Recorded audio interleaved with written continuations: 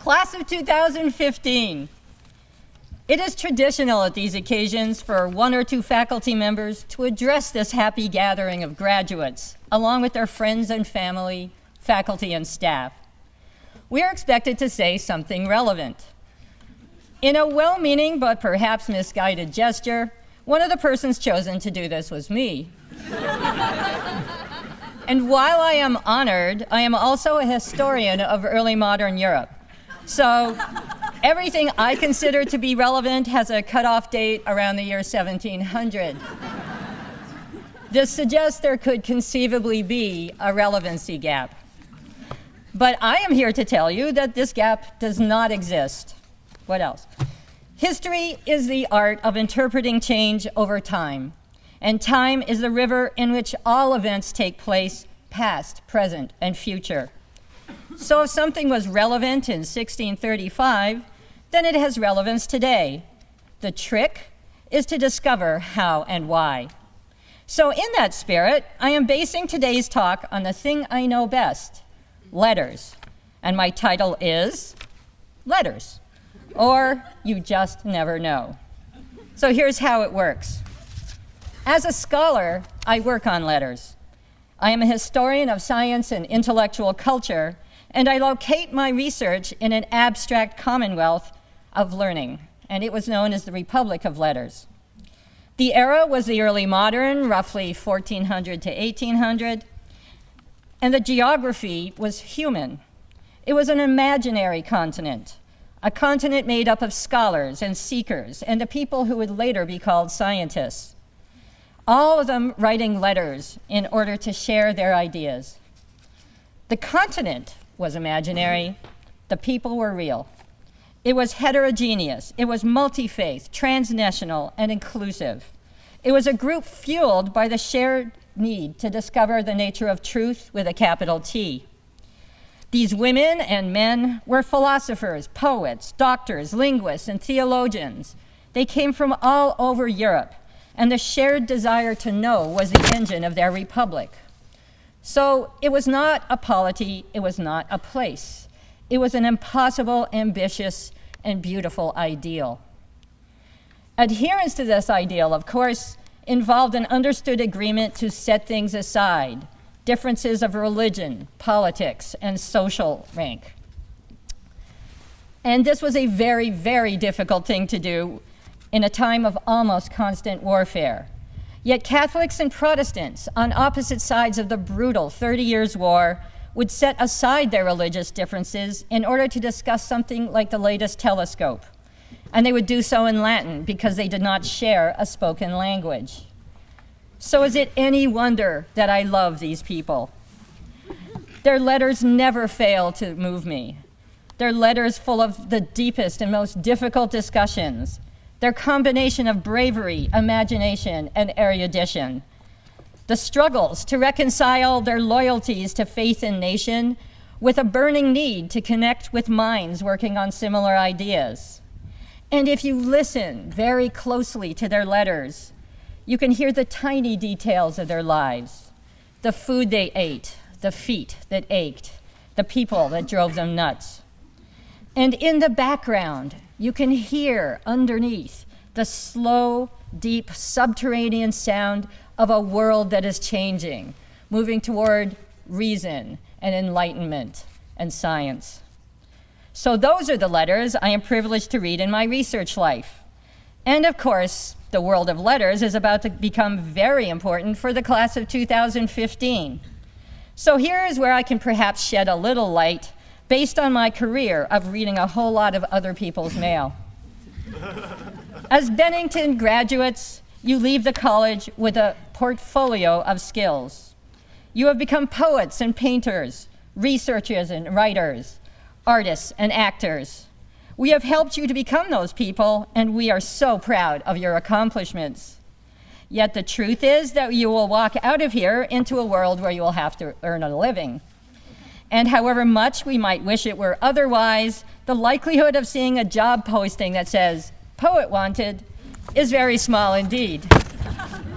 So you'll have to start thinking about ways to take all the things that you are, your skills as poets and painters, researchers and writers, artists and actors, and perhaps shape these things to fit other containers. So you will need to learn about certain kinds of letters, specifically letters of application and letters of reference. They may not be glamorous, but they are an inevitable part of this process, and they will help you to land the jobs that will enable you to do things like paying rent and eating food. And while this might seem at first like a real come down after the exhilaration of mastering your skill set, I am here to tell you that this is not the case. That the process of squeezing yourself into these letters can, in fact, become an almost magical detour, one that reconfigures your destination itself and allows you to grow into the person you were always meant to be. And to demonstrate that this is so, I am going to provide you with two relevant examples. They might surprise you, and this is actually because of the content. I am a historian of intellectual culture, and I'm going to talk about job letters for engineers and mechanics. But bear with me, because the subtitle of my talk, as I'm sure you all remember, was You Just Never Know. So here we go. First example. My first example is a letter of application, and the year is 1481. And yes, people applied for jobs in 1481. The place is Milan, and the person doing the hiring is Il Moro, Duke Ludovico Sforza. Like any Renaissance prince, Ludovico was more or less constantly at war with surrounding city-states. So he needed an edge, something to help him fend off attacks from Venice, Naples, and rapacious relatives. He was looking for an engineer, someone who could produce state-of-the-art engines of war. In 1481, then, he received the following letter, a combination of cover letter and resume. It begins, "Having, most illustrious lord, seen and considered the experiments of all those who pose as masters of the art of inventing instruments of war, and finding that their inventions differ in no way from those in common use, I am emboldened, without prejudice to anyone, to solicit an appointment of acquainting your excellency with certain of my secrets." This, of course, is the 15th century equivalent of "to whom it may concern."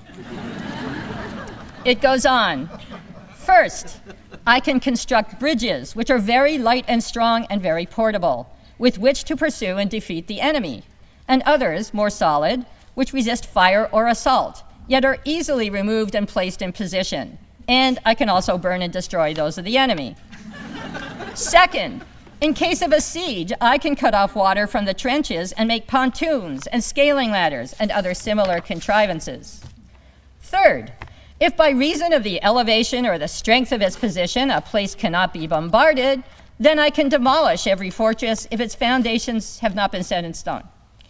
Fourth, I can also make a kind of cannon, which is light and easy of transport, with which to hurl small stones like hail, and of which the smoke itself causes great terror to the enemy, so that they suffer heavy loss and confusion.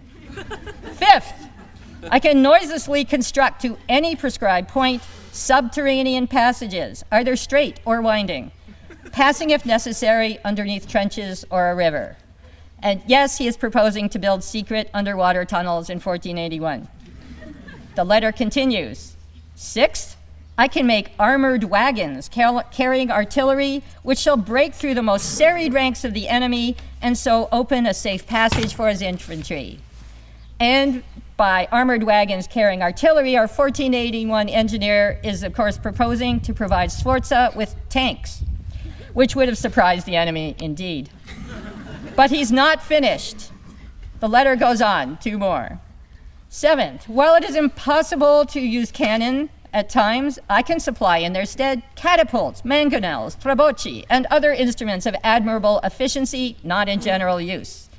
In short, as the occasion requires, I can supply infinite means of attack and defense.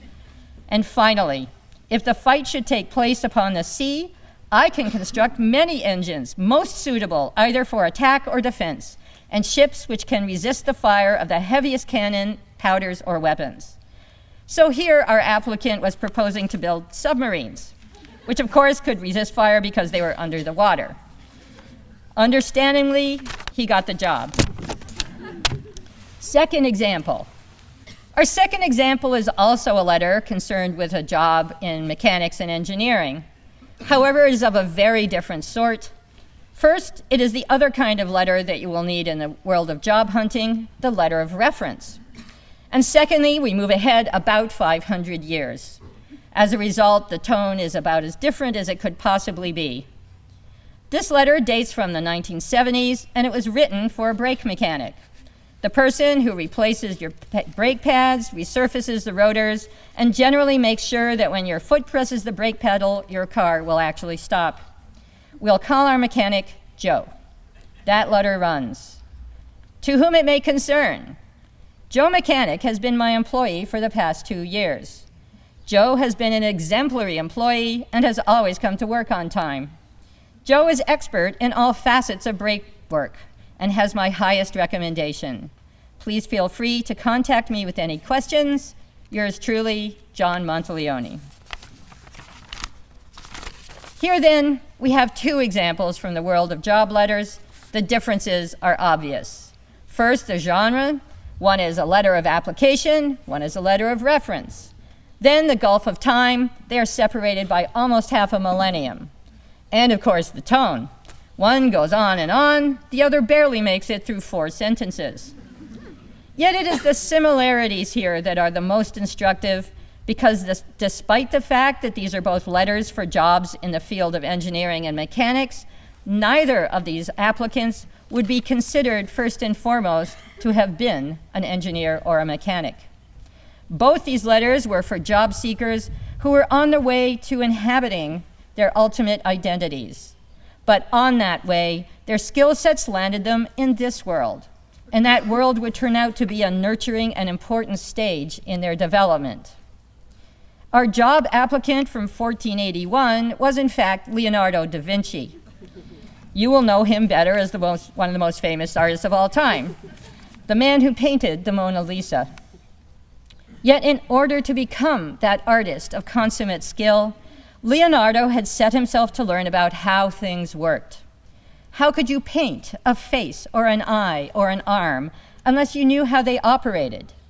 So he had attended autopsies, done some of them himself, taken apart the bodies of birds and men, and tried to replicate the workings of the human body in machines of metal and wood.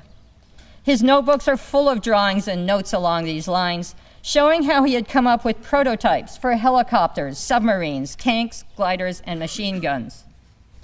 Duke Sforza, of course, had been highly impressed with Leonardo's job letter.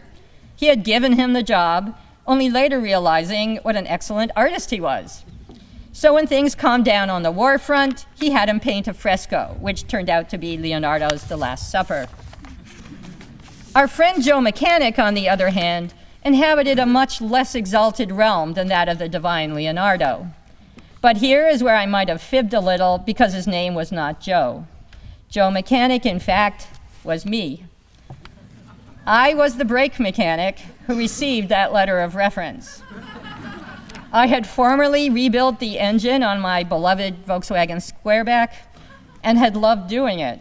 So I figured that this would be an excellent way to earn a man's paycheck rather than the pittance being offered for the jobs that women did. I was right, of course, although oddly I never worked as a mechanic again. However, that job fixing brakes had involved a particular skill set, patience, precision, and attention to detail that carried forward into my other careers. A few years later, I was applying for a job in the finance industry, trading stocks, bonds, futures, and options, and don't ask, it made sense at the time.